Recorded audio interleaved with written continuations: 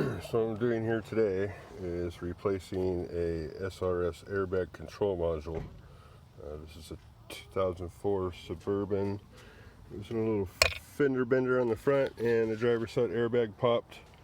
Fixed everything, but the service airbag monitor kept coming up on the DIC, and dealer wanted $650 to replace it. So this has been like this for a little while. I didn't know that you could just go to the junkyard or buy one online.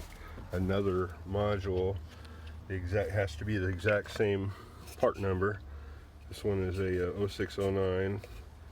The part number and the service number match the old one. I pulled it out of the junkyard, out of a car that didn't have the airbags deployed like this one did. So that's one thing that's important. You have to make sure that the airbags did not deploy and that the module is the exact same number. It's located under the front seat, the driver's front seat. You have to take out 4 bolts. These 2 are on the front. A 15 millimeter will work on there, or you can buy a special tool, and an 11 millimeter will fit on the back ones. There's 2 there. So when you go to reset this, you can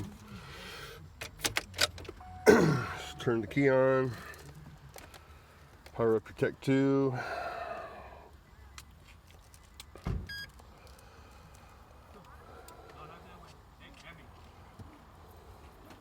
And what this will do is it will reset the used module to this VIN number.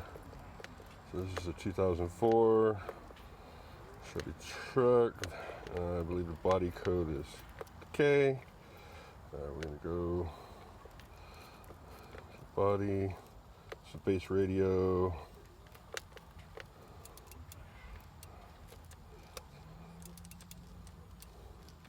Doesn't have OnStar, doesn't have a digital AC.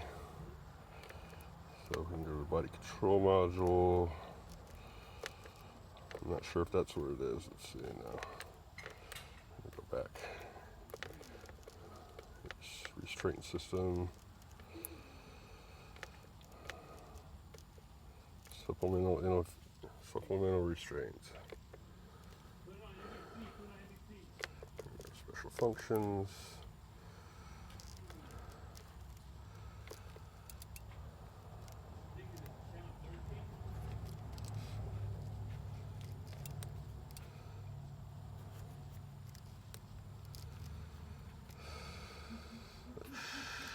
Should do it.